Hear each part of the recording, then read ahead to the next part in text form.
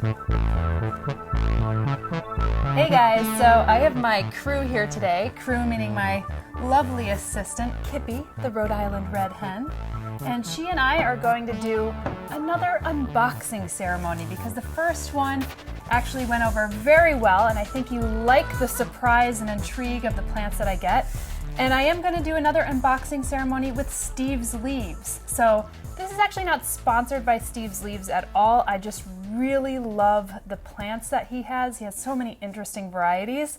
So I can't wait to see not only what I got, but sometimes he throws in a couple different varieties that I did not order. So it's going to be a surprise for me too. So Kippy, my lovely assistant, can you help me open this up? Maybe peck it open? Yes, yes, I know you have a sharp little beak. No hands though, but want to come up here? Help me out? Help me out? Yeah? Yeah? Yeah? Come on. You could help me out. Yeah, come on. Yeah, like that. Like that. Like this. Like this. Yeah, like this. No? No? Okay, I don't think this is going anywhere, so I'm going to have to get a knife.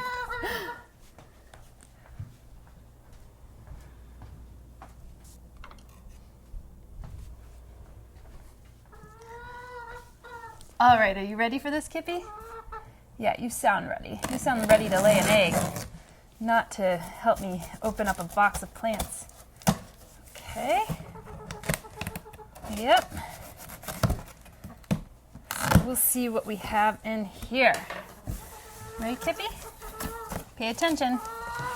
All right, this is great. And we have a nice little species list right here in case I ordered plants in a blur and I'm not even quite sure what I've gotten any longer.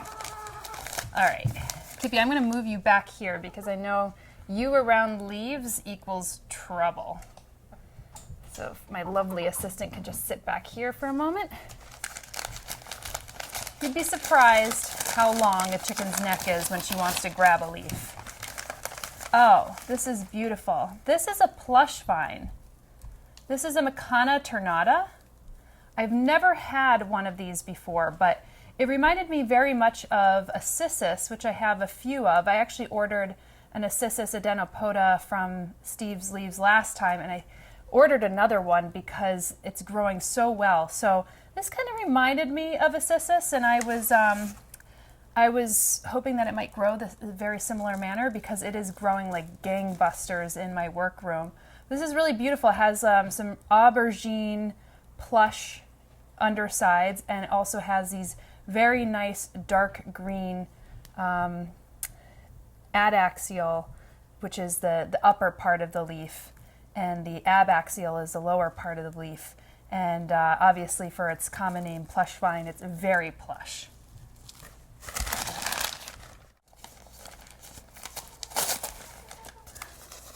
Well, I don't know where my assistant went, but she is not helping out very much. Oh, this is one of my favorite plants. It's a peperomia. So I know people know that I love the genus of peperomia. This is a new one for me. I believe this is Peperomia jamesoniana. And this one looks like it could be slightly challenging. It has some of those really delicate leaves.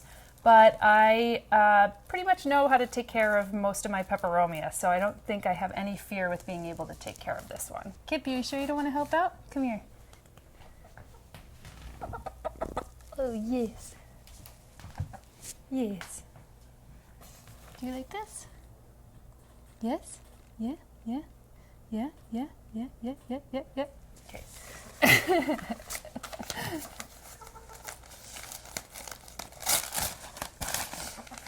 All right, what's the next one, Kippy? Wow. Okay.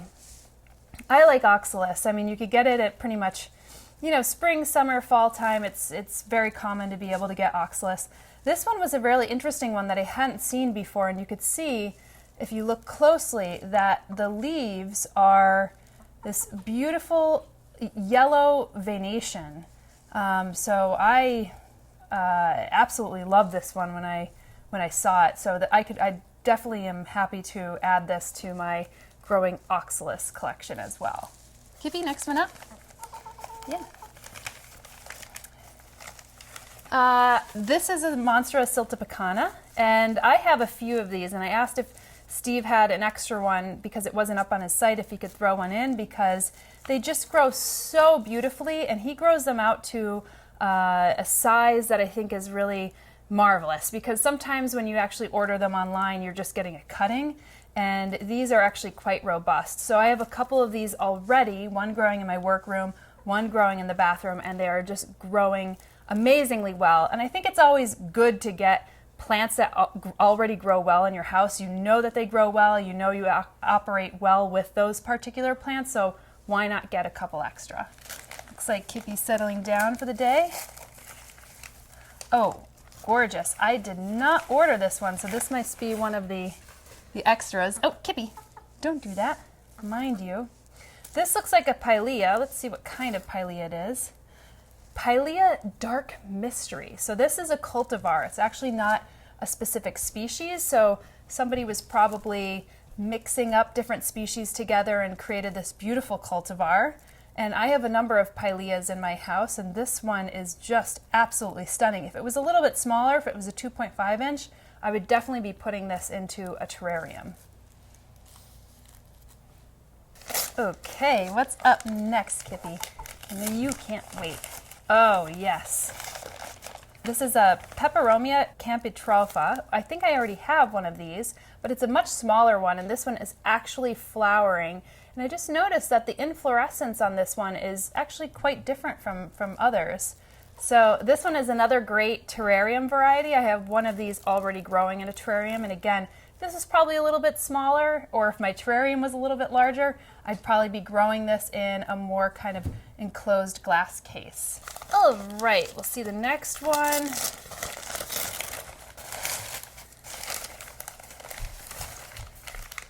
This is another cissus. So I'm not sure how many of you are growing cissus in your home, but I've found that they grow exceptionally well. There's a couple varieties out there that are a little bit more difficult than others. I had not grown Cissus adenopona since until the last unboxing that I did with Steve. And like I said, this is growing gangbusters in my house. So, and I love how it just shoots out these little tendrils, these little curly tendrils, and it just wraps around whatever it could actually wrap around. And once it does, it kind of grows like similarly to a wisteria vine. So it's a prolific grower. I have it growing probably about, I would say, 3.5 feet away from a southwest facing window. And I'm very pleased with this plant. So like I said, if something already grows really well in your house, why not give it another shot elsewhere within your house? So we have a few more in here. So this looks like an Apicia. So this is a nice like pink version. This one's Pink Smoke, Apicia Pink Smoke. And that one is just really attractive. Now some people don't typically grow these, but I have found that my Apicias actually grow extremely well in my home, and I have one really just under a grow light, along with some of my philodendrons and my other peperomia. So I'm very eager to actually try this one out. I asked him if he had any pink ones that he could share, because not that I'm like a pink girl, but I really do like plants with some really cool variegated leaves. Okay, we have 3 left, including this one.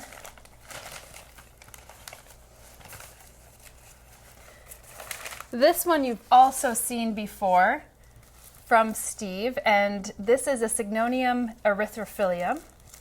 And this has grown also exceptionally well in my home. I absolutely love this one. You'll see that it has these really dark forest green upper leaves and these really russet wine colored lower leaves. I have this growing actually in my bathroom, and it's under some grow lights, and also gets some northeast facing light as well. Exceptional grower, and a very different kind of Signonium as we're kind of used to.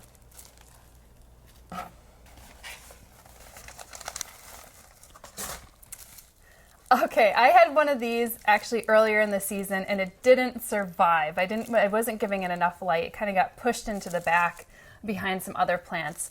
You might have not known of this plant. It was quite popular, I think, back in the 70s.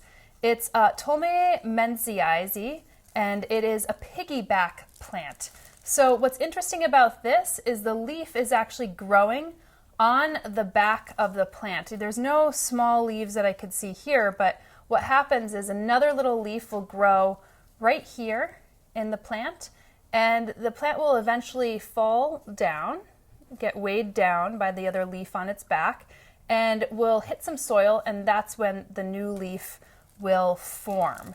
So this is probably best grown in a shallow container, kind of a wide, shallower container, so that when the leaves fall down, they could actually propagate, and it will be a little bit more of a spreading plant. So I was really psyched to see that Steve was carrying this plant, because I've only ever really seen it at my green market, and it's only there for a specific part of the year, a time of the year. All right, last plant.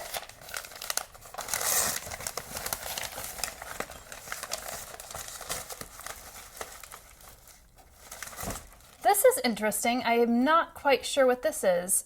Elatostemma, ink species.